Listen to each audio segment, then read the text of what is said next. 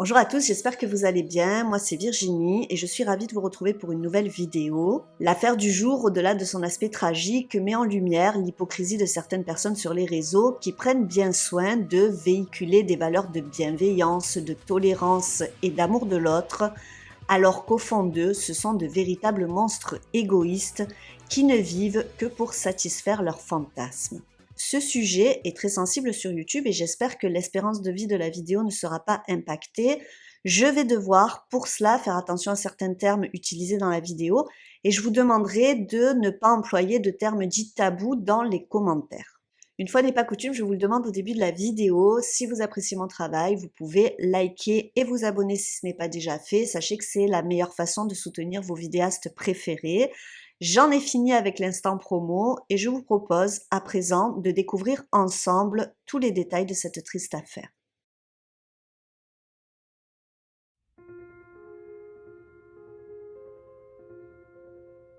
Le 27 juillet 2022, la police repère un homme téléchargeant du contenu pour adultes impliquant des enfants. Ils identifient le domicile du suspect et se rendent immédiatement chez lui pour une opération coup de poing. Ils tombent alors sur un homme de 27 ans, Hunter Clay Lawless. Les policiers saisissent son matériel informatique et ils trouvent de nombreuses photos impliquant des enfants. Ils repèrent immédiatement que plusieurs photos et vidéos mettent en scène la même victime, un petit garçon dont ils évaluent l'âge à environ 9-10 ans avec un homme adulte. L'une des photos retrouvées contenait des métadonnées indiquant qu'elle avait été prise par iPhone le 9 décembre 2021. Cherchant à identifier la pauvre petite victime, les enquêteurs mettent la pression sur Hunter. Qui est cet enfant? Qui est cet homme? Comment s'est-il procuré ces images? Celui-ci ne tarde pas à parler, il raconte que c'est par l'intermédiaire d'un site de rencontre gay appelé Grindr qu'il avait fait la connaissance d'un certain Blake. Ce dernier l'avait mis en contact avec un couple gay. Après un premier contact numérique, l'un des deux hommes a commencé à lui envoyer via Snapchat des messages pervers indiquant « Je vais baiser mon fils ce soir », suivi de photos et de vidéos d'eux et des deux petits garçons qu'il présentait comme étant leurs fils. Hunter ajoute qu'à plusieurs reprises, les deux hommes l'ont invité à venir se joindre à eux, mais il a toujours refusé, il n'a jamais touché ses enfants. Il est alors arrêté pour détention d'images. C'est sur Facebook qu'ils identifient l'homme qui lui envoie ces messages, un certain Zachary Zulok, un banquier de 35 ans. Grâce à son profil, il découvre que ce dernier est en couple avec un autre homme et qu'ils sont parents de deux garçons dont l'un semble avoir environ 10 ans. Les enquêteurs interrogent les registres scolaires du comté et ils apprennent que l'enfant est bien scolarisé. C'est ainsi qu'ils obtiennent son adresse, une maison se situant dans l'une des banlieues prisées d'Atlanta. Déterminés à secourir ses enfants, c'est donc vers 23h30 le même jour que les policiers se rendent à leur domicile. Lorsqu'ils arrivent, la maison, un joli manoir récemment construit, semble endormie. Les forces de l'ordre passent à l'action. Ils frappent plusieurs fois à la porte assez violemment, exigeant qu'on la leur ouvre. Après un petit moment, sous le choc de ce vacarme, l'homme qu'ils avaient identifié sur Facebook leur ouvre la porte. Il est immédiatement maîtrisé, plaqué au sol face contre terre et les policiers pénètrent dans la maison. Dans la chambre parentale, il retrouve son compagnon, il est dans son lit, nu. Ni une ni deux, les policiers lui passent les menottes et ne lui laissent pas le temps de s'habiller, ils le conduisent nu dans l'une de leurs voitures. Deux petits garçons seront effectivement retrouvés dans la maison, ils sont complètement effrayés par la situation. Quelques instants après le raid des forces de l'ordre, les services de protection de l'enfance qui ont été prévenus de l'intervention prennent les deux frères en charge en les rassurant. Dans la chambre du plus âgé, qui a seulement 11 ans, ils retrouvent un t-shirt particulier qu'ils avaient identifié sur plusieurs photos et vidéos, un t-shirt sur lequel est écrit « Papa ». Les enquêteurs en sont alors sûrs, ces deux petits garçons sont bel et bien les deux victimes qu'ils recherchaient. Mais qui est la famille Zulok et que se passait-il derrière les murs de ce manoir?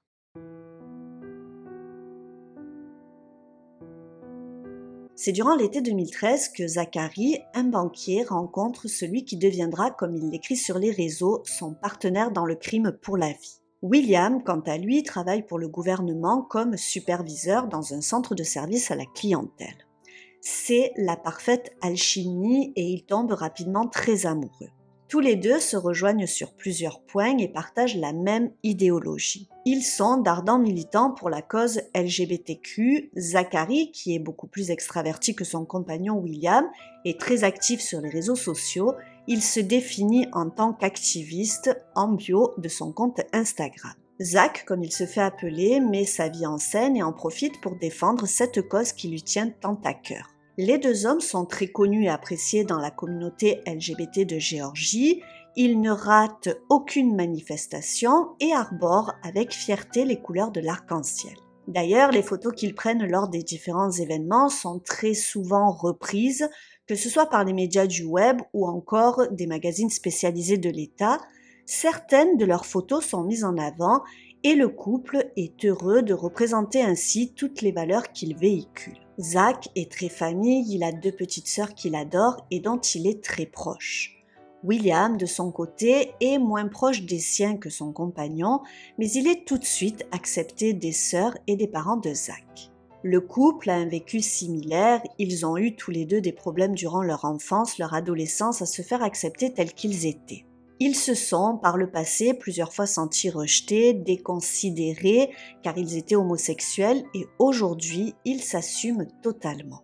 Ils prônent des valeurs de tolérance, de bienveillance, d'acceptation des autres et combattent, aussi bien sur les réseaux que sur le terrain, les stéréotypes auxquels ils ont dû faire face afin de changer les mentalités. 4 ans après leur rencontre, Zach et William se marient le 14 décembre 2017. Rapidement après cette union, tous les deux manifestent le désir de fonder une famille. En 2018, ils prennent donc contact avec plusieurs agences d'adoption et essuient plusieurs déconvenues. Ils ont l'impression que leur couple dérange et Zach multiplie les posts sur les réseaux, condamnant le système d'adoption. Pour lui, de nombreux enfants sont rapidement placés dans des familles dites traditionnelles dont les parents sont hétérosexuels. Peu de contrôles sont faits envers ces gens-là qui réussissent à adopter, selon lui, très facilement et malheureusement, de nombreux drames surviennent.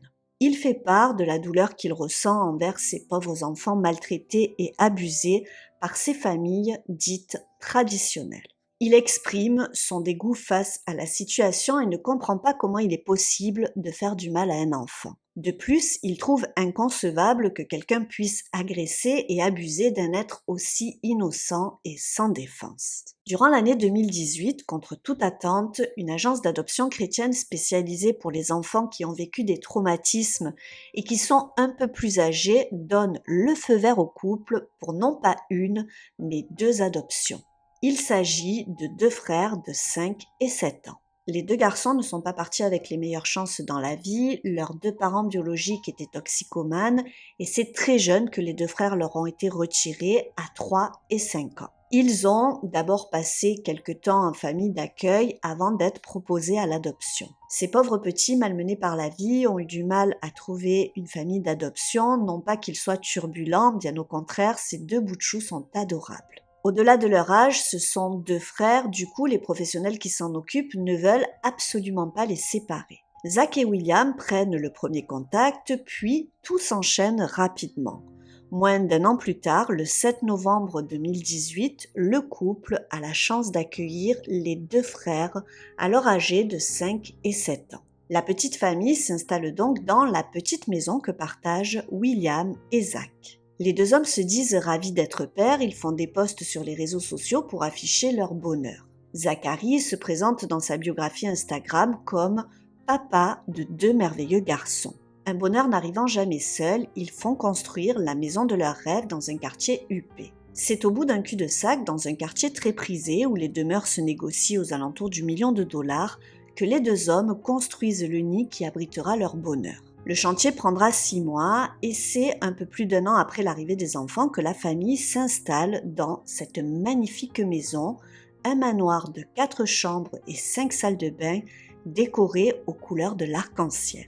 Zachary et William se présentent comme des parents aimants ayant sauvé ces 2 pauvres petits garçons de leurs conditions misérables. Les 2 hommes multiplient les posts sur les réseaux, vendant une vie heureuse et pleine d'amour. Ils deviennent rapidement les chouchous des médias LGBTQ de l'État, Il participe d'ailleurs à une campagne de lutte anti-haine contre les gays et l'un des magazines spécialisés les plus influents leur demande à plusieurs reprises l'autorisation d'utiliser certaines de leurs photos prises lors de la Gay Pride d'Atlanta. Malheureusement, une fois encore, les apparences étaient plus que trompeuses. Loin de l'image idyllique qu'ils vendaient sur les réseaux sociaux, les deux petits garçons sont tombés en réalité sur un couple d'une sombre et extrême perversion.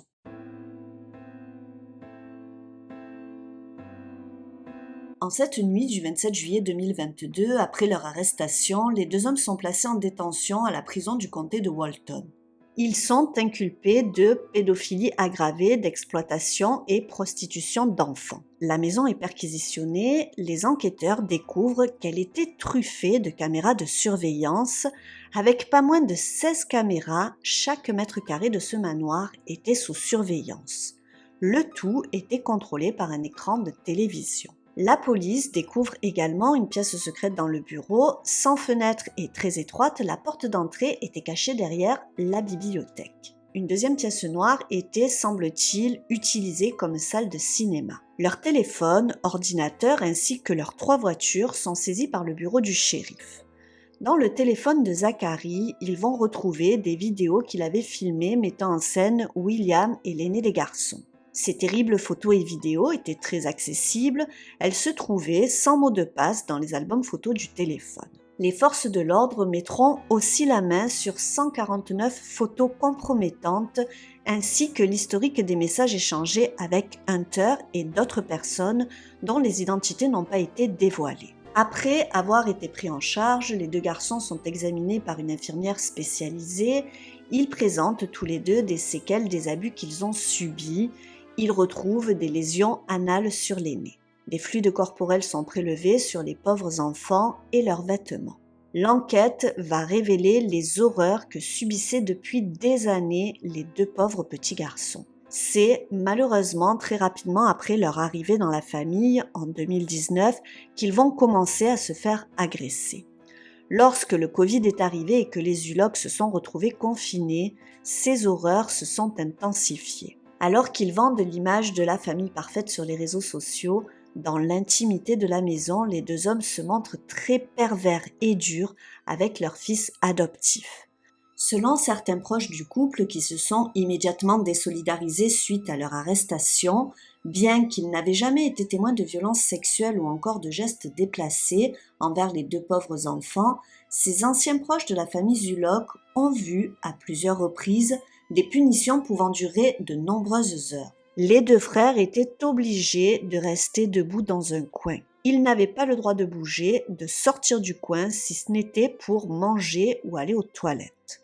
Parfois, les enfants étaient frappés. Un membre de la famille raconte avoir vu William gifler violemment devant lui leur plus jeune fils. Mais le plus épouvantable, c'est que les garçons vont subir les assauts répétés de leur père. Zachary et William avaient une totale emprise sur les deux enfants qui, je vous le rappelle, étaient déjà très abîmés par leur histoire personnelle avant l'adoption. Ce couple terriblement pervers ne cessait de leur répéter, afin de les conditionner, que ce qu'il se passait dans la famille devait rester au sein de la famille. Les preuves sont accablantes, les enquêteurs possèdent de nombreuses photos et vidéos.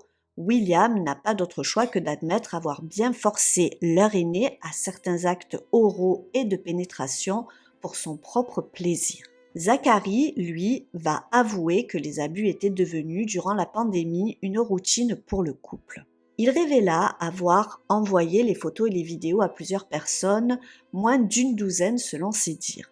Le plus inquiétant dans cette affaire épouvantable, c'est que les enquêteurs vont découvrir que quelques semaines avant l'arrestation, Zachary et William avaient de nouveau pris contact avec l'agence d'adoption. Ils voulaient agrandir la famille avec une petite fille.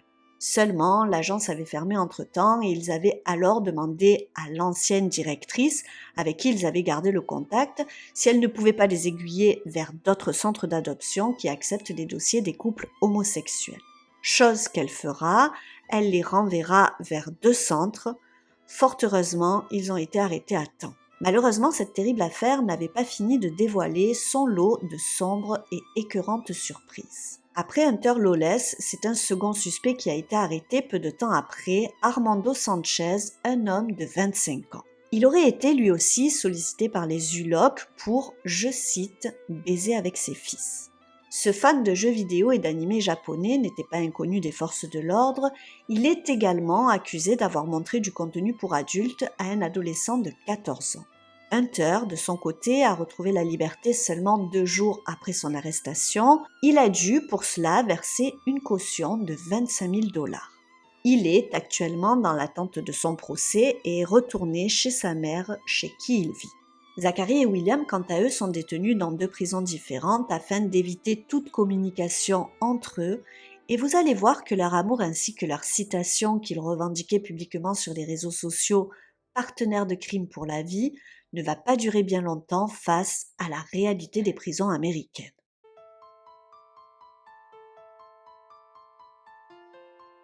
L'arrestation de Zachary et William a provoqué une véritable onde de choc. Dans le quartier de cette banlieue chic d'Atlanta, les voisins se sont dit horrifiés d'apprendre les sombres secrets que cachait la famille. En apparence, les enfants allaient bien, ils étaient scolarisés et personne n'a rien remarqué. Dans leurs familles respectives, ce fut un terrible choc. La plupart des membres de leur famille leur ont tourné le dos après leur arrestation. Zachary, qui s'est montré extrêmement fragile une fois derrière les barreaux, a dit à l'un des membres de sa famille que tout ce qui allait être révélé n'était pas vrai. Il a ajouté vivre très mal la situation et il a dit, en pleurant, « J'ai besoin de quelqu'un qui ne me déteste pas, ne m'abandonnez pas ». Alors difficile quand on est accusé de telles horreurs. Lui, qui s'était donné tant de mal pour construire l'image de la famille parfaite, lorsque l'affaire a éclaté, subitement tout son monde s'est effondré, il a très mal vécu la situation. D'autant plus qu'en prison, les agresseurs d'enfants sont très mal perçus par les autres prisonniers. Ils sont tout en bas de la hiérarchie et Zachary est terrorisé. À son arrivée, il a reçu de nombreuses menaces et insultes des autres prisonniers. Il a d'ailleurs, pour sa sécurité, rapidement été transféré dans un quartier sécurisé à l'écart des autres. Cette sordide affaire, bien que peu couverte à l'échelle nationale, a tout de même eu un grand écho en Géorgie où elle a choqué de nombreuses personnes. Certains évoquent l'hypothèse que Zachary et William feraient en réalité partie d'un vaste réseau. Les 2 petits garçons étaient, selon eux, non seulement à la merci des fantasmes horribles de leur père, mais ils pourraient aussi avoir été proposés à d'autres hommes, comme l'ont témoigné Hunter et Armando. Pour ces voix qui s'élèvent sur les réseaux, il n'y a pas l'ombre d'un doute, les agressions perverses de Zach et William étaient filmées dans l'unique but d'alimenter un trafic. Une photo sur le compte Instagram de Zach va contribuer à renforcer cette hypothèse. On y voit Zachary dans une célèbre enseigne de restauration rapide, Domino's Pizza. Ce poste, anodin au premier abord, a comme légende « En attendant les pizzas ». Pour vous situer le contexte, quelques années avant ce poste de Zach, en 2016, un scandale a éclaté aux États-Unis concernant des échanges d'emails autour de John Podesta, l'ancien directeur de campagne d'Hillary Clinton. Ces conversations révélées par Wikileaks ont été décortiquées par des internautes qui assurent avoir démasqué un langage codé utilisant un champ lexical autour des pizzas pour désigner des commandes et autres livraisons d'enfants. Ce réseau sévirait au plus haut sommet de l'État et agirait en toute impunité. Il mêlerait des dizaines de personnalités politiques et de hauts fonctionnaires, dont Hillary et Bill Clinton, ainsi que Jeffrey Epstein. Ce scandale nommé Pizzagate fut rapidement réfuté par les services de police ainsi que par les médias américains. Il fut qualifié de théorie complotiste. C'est un sujet très sensible sur YouTube, du coup je ne souhaite pas le développer dans cette vidéo. Néanmoins, cette photo montrant Zach attendant des pizzas alimenta nombre de théories quant à leur participation à un réseau de grande ampleur. D'autres éléments viendront étayer cette hypothèse. En l'occurrence, le niveau de vie affiché par la famille Zulock qui semble avoir significativement augmenté juste après l'arrivée des jeunes enfants. La construction de leur maison soulève entre autres de nombreuses interrogations. L'opinion publique ainsi que les enquêteurs se demandent comment un couple dans la trentaine, avec leurs revenus, a-t-il pu faire construire si rapidement une maison aussi luxueuse dans le quartier le plus coté de la ville où les maisons se négocient aux alentours du million de dollars. De plus, le couple a fait de nombreux voyages à travers le pays et ils envisageaient même d'acheter un luxueux appartement à Orange Beach, le long de la côte. Depuis qu'ils sont en prison, leurs biens ont été saisis, leurs véhicules confisqués, leur maison est désormais la propriété de l'État. Pour eux, ils sont simplement jaloux de leur réussite. Ils accusent les responsables de l'application des lois du comté d'avoir inventé des mensonges pour justifier la saisie de leur maison. Ruiné, Zachary a fait une demande d'aide afin de pouvoir payer sa défense, chose qui lui a été refusée car il aurait justifié auprès de certains services des sommes avoisinant 7 500 $ de revenus hebdomadaires. Depuis leurs prisons respectives, les deux hommes semblent plus préoccupés par leur belle maison, les biens qu'ils n'ont désormais plus, que par les deux pauvres petits garçons qu'ils avaient à charge. J'insiste sur ce point car ils ont fait part à plusieurs reprises de leur inquiétude concernant l'avenir de leur maison. William a confié à l'un de ses proches lors d'une conversation enregistrée qu'il s'inquiétait car ses abonnements à Netflix, Disney et autres couraient toujours, ainsi chaque mois qu'il passait derrière les barreaux l'endettait toujours plus. Au final, les deux frères n'étaient que des objets de satisfaction de leur propre plaisir, de leur sordide fantasme. En août 2022, Zachary et William ont été inculpés de plusieurs chefs d'accusation que je ne peux pas vous énumérer à cause de la censure youtubesque. Ils risquent 9 condamnations à perpétuité. Les deux hommes ont plaidé non coupables et ont demandé une libération sous caution, ce qui leur a été refusé. Ils sont tous les deux incarcérés dans des prisons différentes et placés pour leur sécurité à l'isolement. En prison, ils vivent des moments difficiles. Zachary se dit menacé. Il a confié à l'un de ses proches que son codétenu avait tenté de l'empoisonner. Il est terrifié et se dit prêt à tout pour sortir. Il a supplié son avocat de passer un accord avec le procureur pour qu'il puisse sortir avec un bracelet électronique, requête qui lui a été bien évidemment refusée. William, de son côté, vit un peu mieux son incarcération. Par contre, il se plaint de la nourriture de la prison, il a perdu beaucoup de poids et étant intolérant au lactose, il dit que le menu carcéral n'est pas adapté pour lui. Depuis sa cellule, il s'inquiète pour son mari, il dit le savoir très émotif et il a confié être très inquiet pour sa santé mentale. Tous deux, lors de leur arrestation, se sont plaints de mauvais traitements infligés par les policiers. Zachary a eu une partie du visage égratignée lorsqu'il s'est fait plaquer au sol et William s'est plaint d'avoir été interpellé nu et d'être resté ainsi plusieurs heures dans la voiture des policiers. Ils se sont dit choqués, prétendant que leurs droits n'ont pas été respectés. C'est on ne peut plus ironique que lorsque l'on sait ce qu'ils ont fait subir à ces pauvres enfants, ils se posaient moins de questions lorsqu'ils étaient en train de les maltraiter et de les abuser, et ce, durant plus de 3 longues années. Alors qu'ils se déclaraient partenaires de crime pour la vie, depuis qu'ils sont en prison, il y a de l'eau dans le gaz pour le couple. Pendant que William s'inquiète pour son mari et lui fait des déclarations d'amour, Zachary, de son côté, s'est totalement désolidarisé de lui. Essayant de sauver sa peau comme il le peut, il affirme à présent que William est le seul et unique cerveau dans toute cette histoire. Selon lui, son mari l'a manipulé et l'a perverti, ce qui l'a conduit là où il en est à présent, en prison. Il affirme être lui-même une victime. Il prétend qu'enfant, alors qu'il était à la maternelle, il avait subi des attouchements répétés de la part de l'un de ses camarades. À l'école primaire, il avait également été victime de 4 de ses amis qui l'avaient sexuellement agressé. Il déclare qu'il était alors vulnérable, qu'il voulait juste des amis et qu'il avait eu peur de leur dire non. Aux dernières nouvelles, William rejette à son tour la faute sur son mari. Le procès n'a pas encore eu lieu et je pense que nous aurons plus d'informations à ce moment-là.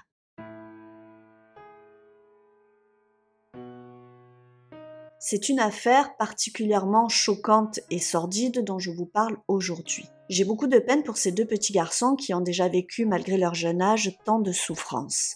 Ils n'ont pas eu la chance de naître dans une famille aimante et protectrice, leurs 2 parents étaient toxicomanes, ils ont donc été placés en famille d'accueil en attendant de pouvoir être adoptés.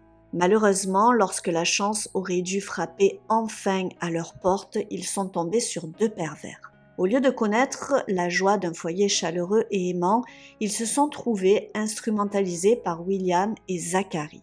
Les deux petits garçons sont alors devenus comme des objets sexuels pour le couple, mais cela n'a pas suffi. Ils se sont mis à les exploiter, les proposant à plusieurs autres hommes. Les enquêteurs ont retrouvé les messages que Zachary envoyait à Hunter et à d'autres hommes dans lesquels il leur proposait ses fils. Pendant ce temps, sur les réseaux sociaux, Zachary et William vendaient l'image d'une famille heureuse, tolérante et bienveillante, un peu à l'image de la famille Hart qui avait adopté 6 enfants et qui était, tout comme les Hulock, très actifs dans la communauté LGBTQ. Les Hulock et les Hart prônaient, à longueur de poste, à longueur de journée sur les réseaux, le fait d'être extrêmement tolérants, de vouloir la paix dans le monde et d'être des personnes très aimantes, alors qu'au sein de l'intimité familiale, ces pauvres enfants, déjà malmenés par le destin, vivaient tout l'inverse. Beaucoup l'ont déjà vu, mais je vous mets le lien de l'affaire de la famille Hart en description. Le plus scandaleux dans cette affaire, c'est qu'encore une fois, ce drame aurait pu être évité. En 2011, il y avait eu un gros drapeau rouge.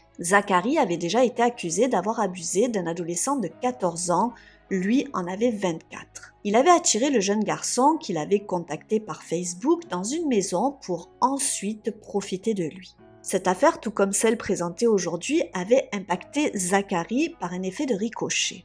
En effet, 3 ans avant, il était sorti avec un agresseur d'enfants notoire. Quelques années après, en 2011 donc, les policiers enquêtaient sur cet individu et Zach est entré dans la ligne de mire des forces de l'ordre afin d'être interrogé. C'est lors de cette enquête que le rapprochement avait été fait avec le jeune adolescent qu'il venait d'abuser la même année. Seulement, l'enquête n'a pas été traitée comme elle aurait dû l'être et Zachary n'a finalement pas été inculpé. 7 ans plus tard, c'est sans aucun problème qu'avec son mari, ils ont pu adopter les 2 petits garçons. D'ailleurs, depuis, les enquêteurs ont été priés de réouvrir cette affaire.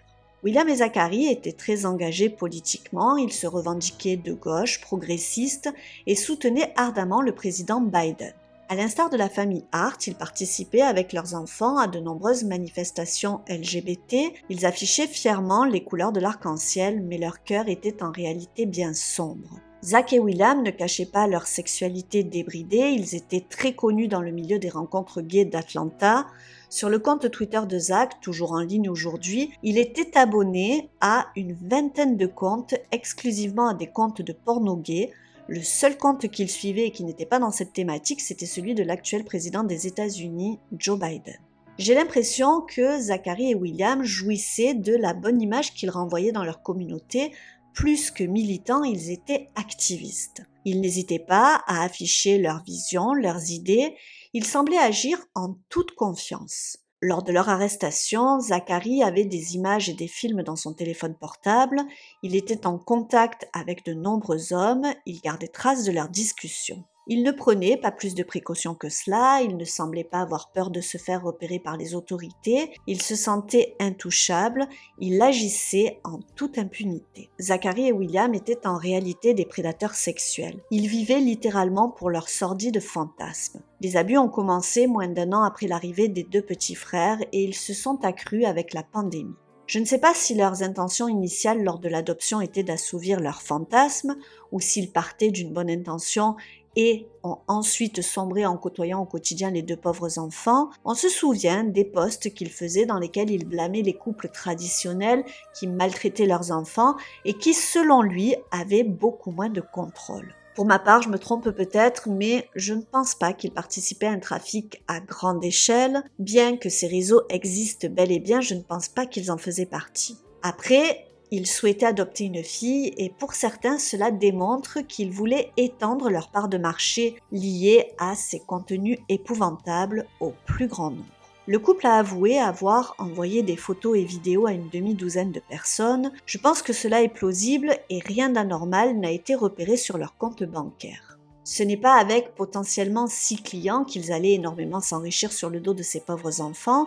Je pense plus que ces monstruosités ont été faites par pur fantasme. Mais je peux me tromper, dites-moi ce que vous en pensez en commentaire, croyez-vous à la théorie du réseau? Si l'on se réfère à la grille salariale de l'entreprise où travaillait Zach, il devait percevoir à peu près 65 000 $ par an et William devait toucher aux alentours de 2500 à 3000 $ par mois, ce qui fait pour le couple un revenu mensuel d'à peu près 10 000 $.